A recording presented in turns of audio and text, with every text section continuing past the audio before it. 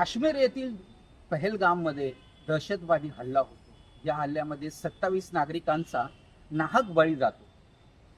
तेथे त्या काश्मीरमध्ये देशातून अनेक ठिकाणून आलेले अनेक जे नागरिक होते, त्या नागरिकांची चिंता प्रत्येकाला होती. तशी चिंता महाराष्ट्राचे उपमुख्यमंत्री सन्माननीय एकनाथ शिंदे यांनाही होती.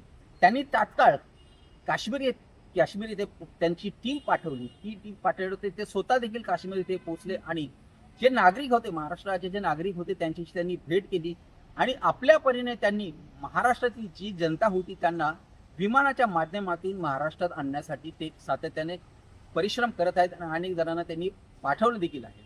ही एक महत्त्वाची बाब होती की जे प्रत्येकजण आपल्या जीवाच्या भीतीसाठी लांब होता.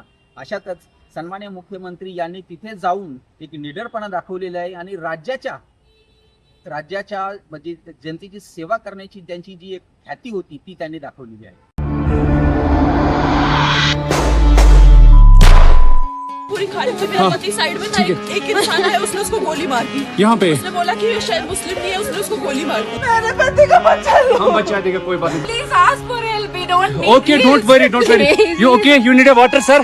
का खौफ इस हमले के बाद वहां पर मचा है, उससे काफी टूरिस्ट जो है घबराए हुए हैं। Targeted only because they were Hindus, can you believe it?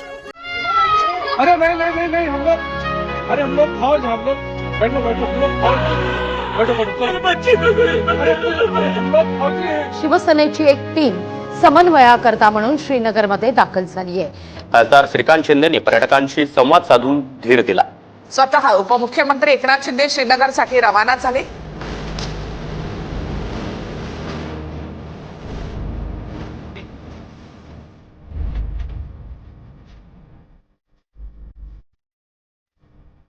प्रत्यक्ष गेलं पाहिजे. सिरियसली सकाळपासून आम्ही एअरपोर्टवरतीच होतो वाट बघत. अभिजित साहेबांची फार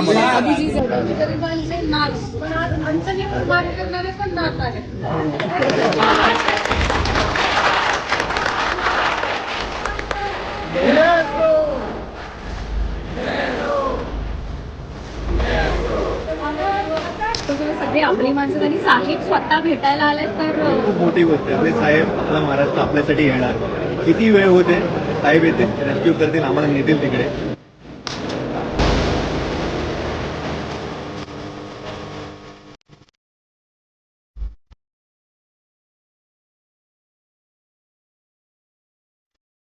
बाकी हॉटेलमध्ये आहे पण मी भेटतोय जाऊन आणि यांना आपण जशी विमानाची व्यवस्था होत राहील तसे लोकांना आपण पाठवू.